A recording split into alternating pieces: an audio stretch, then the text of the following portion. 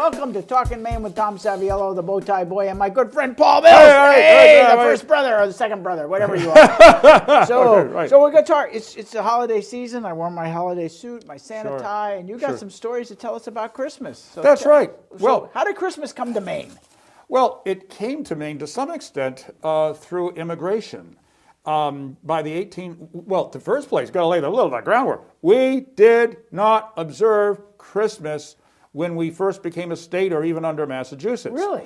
And it was a general business day. It first, I think, occurred to me when I was looking through a title search of some old records at the Franklin County Register of Deeds, and I saw that the Register of Deeds say somewhere in the 1840s, they would record. They always have given the date and the time of day they record a document. This is recorded December 25th, and I'm looking back. You mean that seems so sacrilegious particularly in even a pre-Victorian or post-Puritanical era, when you thought people would be much more conscientious about observing a religious holiday to some extent. And it turns out that the more Protestant elements in New England, the United States, felt that it was sacrilegious to observe Christmas, let alone giving gifts, or that type of thing. It was against their religion because it believed it emerged from a Roman Saturnalis, I think I might have mispronounced that. Right.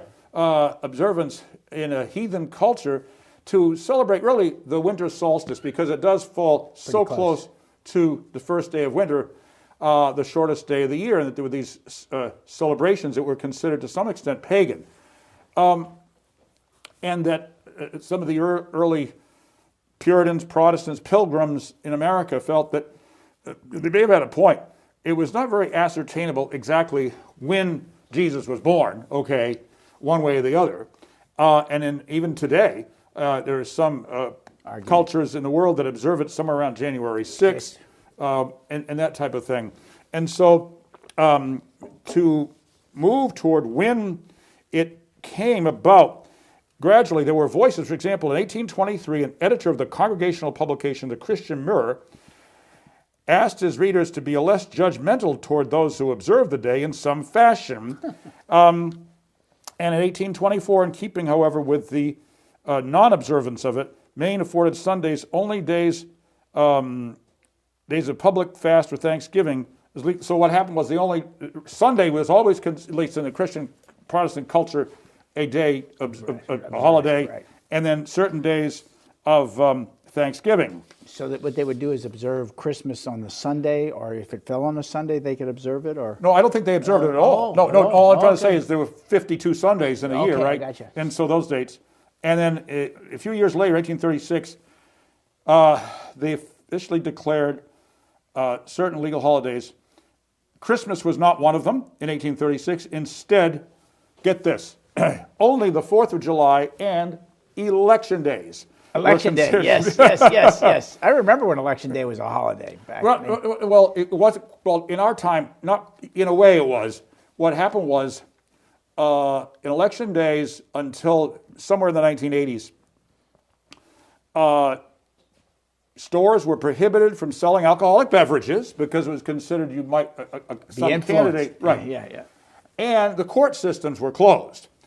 But the municipal offices, they didn't hold court on that day, but government offices, like the state offices, were open. And so it was sort of a pseudo-holiday. And then, so July 4th and election days. Then in 1837, the year after that, the Portland Transcript weighed in. It said, as you mentioned when we went on the air, it's unfair for Episcopalians and Catholics, then a distinct minority Maine, to have all the fun at Christmas. And the transcript urged an exchange of gifts. Now, we had influx of settlers from Quebec, from Germany, diversification, and so with them, Santa Claus, Kris Kringle, St. Nicholas were beginning to be too ingratiating to be disregarded. And the Germans brought in the Christmas tree. Yes, that's the one, right.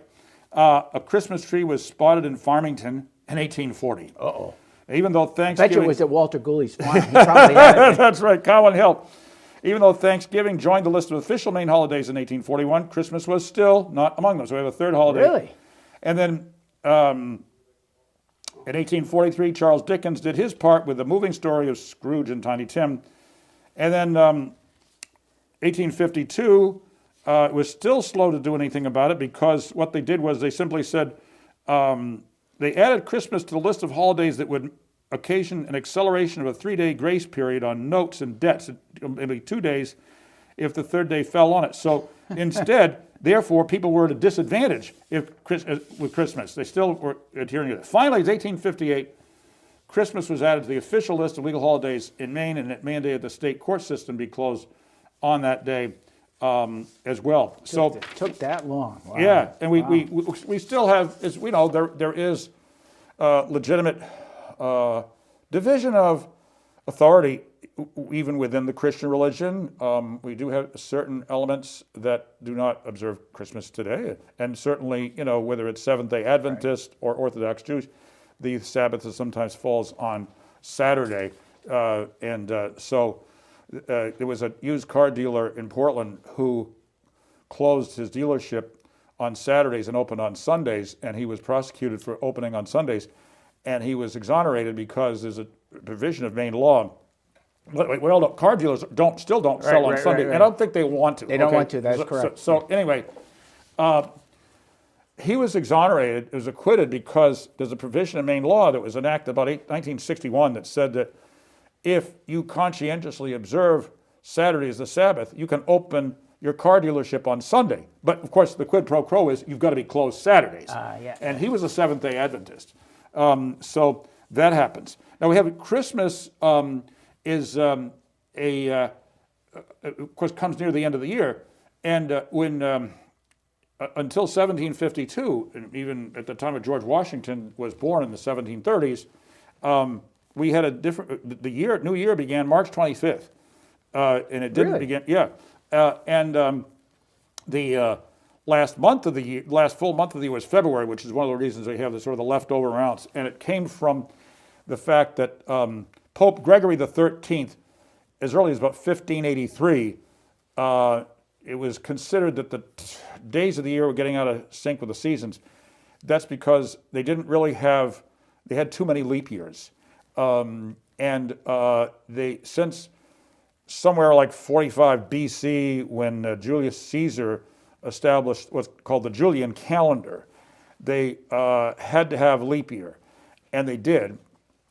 But then when they got to the 1580s, they said, we've had too many leap years, and what they did was they dropped 11 days from the calendar in October. There was some protest against that, and they realigned the first of the year. This initially began under the Roman Catholic Church's influence in countries like Italy in the 1580s, so that the new year was changed to January 1. And if you think about it, the names of our months have a legacy from the Julian calendar because September means 7 in Latin, right? October means 8th, November means 9th, December means 10th, but they're not the 7th, 8th, 9th, 10th months of the year. But that's a holdover from that period of time being that way. Wow, and so, but some of the Protestant cultures were slow to go along. In fact, Russia didn't go into the Gregorian calendar until 1917, we did, the British Empire, of which the United States was a part in 1752, went with the Gregorian calendar in 1752. But there was quite a while when people would double date the days between January 1 and March 24th, which is kind of confusing because they would have 2 different years for the same months. But our tradition, for example, having Marchtown meetings and things happening in March in a lot of situations come about the fact that was, for quite a while, the first month of the year, at least beginning, and it began, oddly enough, in the 3/4 of the way through the month. You thought they would begin in the beginning of the month. But maybe they wanted to avoid coincidence with April Fool's Day. Could be. Do you know how they dropped 11 days? Was October 40 days long, or was it? How did they drop 11 days? Yeah, I don't know. They just simply cut it off because the seasons of the dilemma came because of a lot of these calendars, all of our lunar-based timekeeping system. And Easter was no longer falling when it used to fall. And they knew that.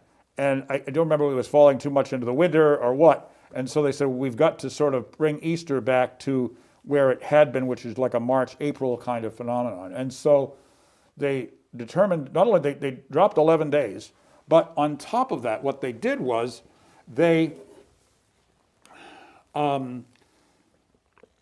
agreed that we had too many leap years. And so instead of having a leap year every 4 years, they would have no leap year in the centennial years that were not divisible by 400. Well, all that means is that in 1700, 1800, and 1900, there was no leap year. We had it in 2000 because it was divisible by 400. So 2100, presumably, we won't have a leap year if we stay with that kind of calendar system. So in addition to not really having Christmas, we also, for some period of years, did not begin our new year when it begins, today. Interesting. Yeah. Interesting. So, Paul, we have a lot of towns around here called Christmas, or Jerusalem, or that's right. We're truly international because we have Moscow, we have Vienna, we have Madrid, we have all of those other towns. We also have a pretty religious tent up here. Well, we do, and thank goodness, picking up your point about the ones that are named for internationally prominent cities, and I'm very glad that in many situations we have a different pronunciation. Absolutely. So that we say Vienna, we know the community that's wedged in between Chesterville, Fayette, and Mount Vernon. We say Vienna, we know we're out there. Calais instead of Calais. Mark Lindsay had a big hit a number of years ago, and he did talk about going to Calais, Maine, and I'm glad he pronounced it properly, whatever. But we have Christmas-oriented type of name places. We have, as you mentioned, there's a Jerusalem that was the Jerusalem Township that is the eastern half of what's now Carrabassett Valley. Carrabassett Valley is a double town and formed initially in the early 70s. And then when the Sugarloaf Mountain part of it, which was called Sugarloaf Township or Crockertown, merged with it about 1975. And they voted to keep the name Carrabassett. But originally that was the eastern half where the Red Stallion restaurant and inn was Jerusalem. And we also had a Jerusalem, still have a Jerusalem, on Isle of Ho, which is where Linda Greenlaw is. And so a few months ago, I remember calling Larry Warren, who was one of the initial founders of that town. Valley, yeah. And he was one-time president of Sugarloaf. And I said, why did they change the name from Jerusalem to Carrabassett? He says, well, it was Carrabassett was the name of both the river and the railroad station that had given the community much of its identity. And it also hinted an occasion for surrendering the Jerusalem name might have been due to the somewhat secular nature of its 1970s inhabitants, perhaps known sometimes for attending what Warren referred to as the altar of the Red Stallion rather than church service. Red Stallion was a restaurant, tavern, bar, whatever, overnight accommodation. And we've got Christmas Coves. We've got, of course, Christmas Santa Claus Lake out in Temple, where the late Robert Elbow established. And that he did that, he renamed it, it was a 56-acre Staples Pond. And I asked his son, Robbie, somebody people might know too, of course, who grew up in the area. He said, well, it resembled the silhouette of a Santa Claus standing with a pack on his back. And so he wound up renaming it Santa Claus Lake. And then he took it a step further. New building sites around it were called Dasher, Dander, Prancer, Vixen, Comet, Cupid, Donner, Vixen, and Rudolph. The main lodge was painted with the Christmas colors, red and green. And then Robbie told me that his father, who died in 2008, aspired to fulfill the spirit of generosity exhibited by the original real-life Santa Claus, or the 4th century St. Nicholas, and he built a lodge and cabins with a mission for families who could not afford a vacation to use and for summer retreats and camps for nonprofit organizations. Robbie and his wife, Beth, who's a minister, they do that today, even though they live generally in Connecticut to host people. So we have about 3 Christmas coves, interestingly enough. There's one Christmas cove, which was it's in the Monhegan area, that was in 1614 when British explorer John Smith supposedly spent Christmas Day there. And then South Bristol from the notion that Norsemen might have spent Christmas there about 1014. Yeah, he could have. And then Southport's much smaller Christmas Cove, we don't know about that, but it's sometimes called Little Christmas Cove to set it aside from South Bristol. Now, the South Bristol Christmas Cove was a location of a development of William Bingham II, who was prominent he was actually his family was one of the benefactors of Gould Academy, and a very titan, iconic figure.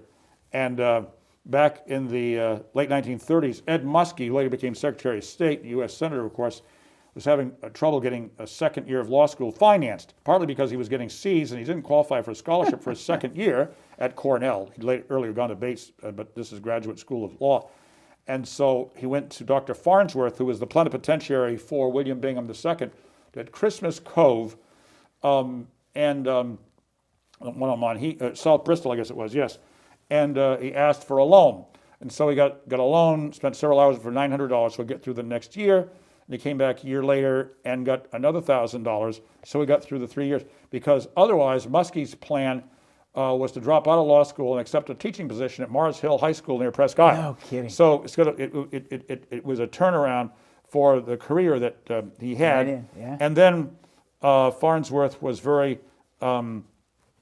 great about the situation, because when Muskie, only a couple of years after he graduated from law school, went into the Navy, Farnsworth forgave, I think, some parts of it for each year that he was in the Navy, so he wound up not really having to pay it back. And when I did that column several years ago on part of that subject, a woman sent me an email, and she said, yes, her mother had also received a loan through Farnsworth and William Bingham, and that likewise she didn't have to repay it because she was doing some things, social work area, whatever. So they wind up being grants and not necessarily loans. So that's the Christmas Cove kind of saga. And we've had the Jerusalem that, of course, was at Sugarloaf we're aware of. And then there's a 440-foot mountain on Isle of Ho, which is in Penobscot Bay, not far from Deer Isle. What I've looked for, and maybe some of the viewers have known this, but I cannot find, I think there would have been, but I can't quite find a name in Maine for Bethlehem or Nazareth. But there's a quarter-mile-long pond named Galilee in the remote wilderness of northern Maine. Then we have those different names that came about that we have. It's almost impossible not to find a name for something in Maine that's borrowed from somebody else, because there's so many thousands of breakdowns. A wonderful book that was done even before the computer internet era by a named Atwood, spelled with two Attwood, and he worked for the Lewiston Sun Journal in the 40s and 50s. And it's called Length and Breadth of Maine. And if you ever want to look something up about any geographical location, he did this mechanically, and he worked on it all of his spare time for many years. And that's a great resource. It tells you all the different mountains that might have the same names. We have a lot of mountains named Bald Mountain, for example. There's quite a few Sugarloaf Mountains when you think about it. I mean, the Grange in Dixfield is a Sugarloaf Grange. It has nothing to do with Sugarloaf Mountain ski area. Wow. Yeah. Well, Paul, this is great. Sure. You have to come back on and tell some more stories. Okay. With us. This All is right. great. Great. You got to become one of my regulars on the show, because they fascinate me. I got to wear a bow tie, Tom. That's right. Well, I can do that, but if you did that, your sister'd kill you. We can't do that. We can't. But no, I used to wear bow ties, but for some reason I just got out of the knack of it for a while. Oh, wear it next time. I'll remind you. I'll dig them out. That's what I'll do. The next time if I come on, I'll wear a bow tie. All right. Sounds like a deal. Paul, thank you so much. Thanks, and Tom. happy holidays to you and to your family, and much appreciated for your time today. New Year's, happy holidays, the whole thing. All right, we'll see you next year. We sure will. Okay, right. Thanks for tuning in to the Bow Tie Boy with Tom Saviello and my good friend Paul Mills. He'll wear a bow tie next time. See you next time. Okay. That was great.